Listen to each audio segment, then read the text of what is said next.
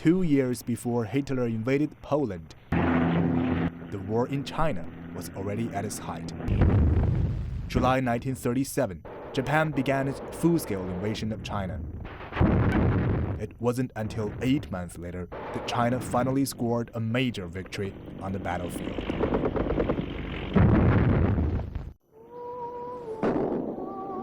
That victory, achieved in Taierzhuang, came with a heavy price.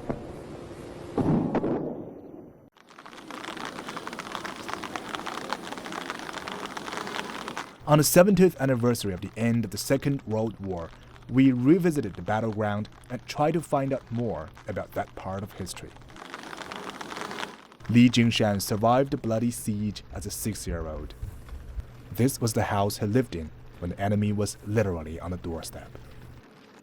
The machine guns kept firing at my house, leaving these bullet holes in the wall. Some parts of the wall were even penetrated.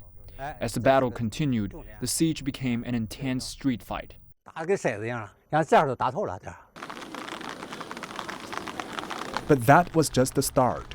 Li's family was fortunate enough to have escaped the town before the bloodiest part began. He says most neighbors who stayed were killed in the crossfire. What Li had missed was captured by a U.S. war correspondent, Joris Ivans, in his documentary, The 400 Million. He was embedded in the Chinese army. We took cover in the trenches used last night by the 31st Division. A squad of our men blew up the enemy nest. The division in front of us had occupied Taierzhuang during the night. I saw the flag on the walls. We had taken back Taierzhuang. Soon after the battle was over, Li Jingshan returned home to find an entire town left in ruin.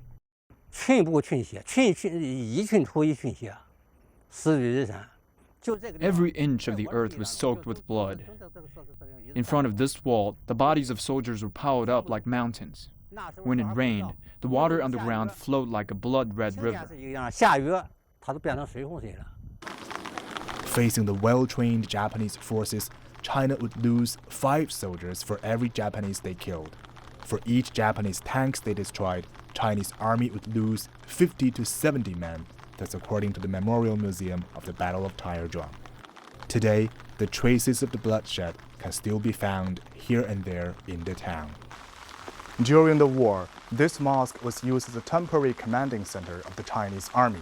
Today, the bullet holes on the walls are still evidence of how fierce that battle was. Block by block, house by house, Japan and China fought over this small town called Taierzhuang for 2 weeks, which later became what an American journalist called a turning point in history. To the names of small towns famous as turning points in history, writes the U.S. Life magazine in 1938, Waterloo, Gettysburg, Verdun, add still another, it is Taierzhuang, an ancient brick-walled settlement on the banks of China's Grand Canal.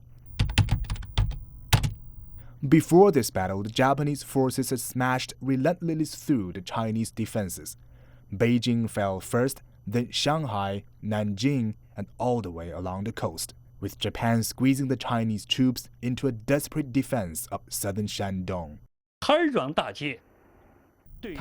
was the first major frontline victory.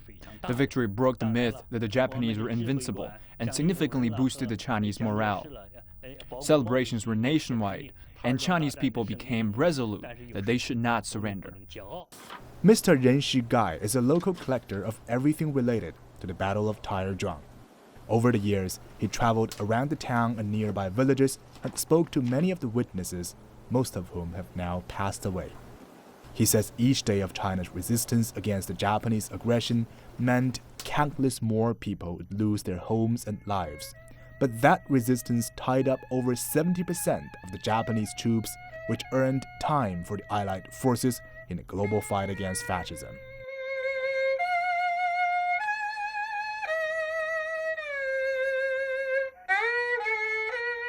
The more he investigates, the more emotional he becomes. songs of the time help express mixed feelings of both pride and pain. For those who personally experienced the devastation, the horror of war and brutality of the Japanese aggressors are fresh in their memory. But more than hatred, they hope that people today can remember the Chinese people's heroic defense of their nation and make sure that the same mistake made by Japan will never be repeated. 韩鹏 CCTV Taierzhuang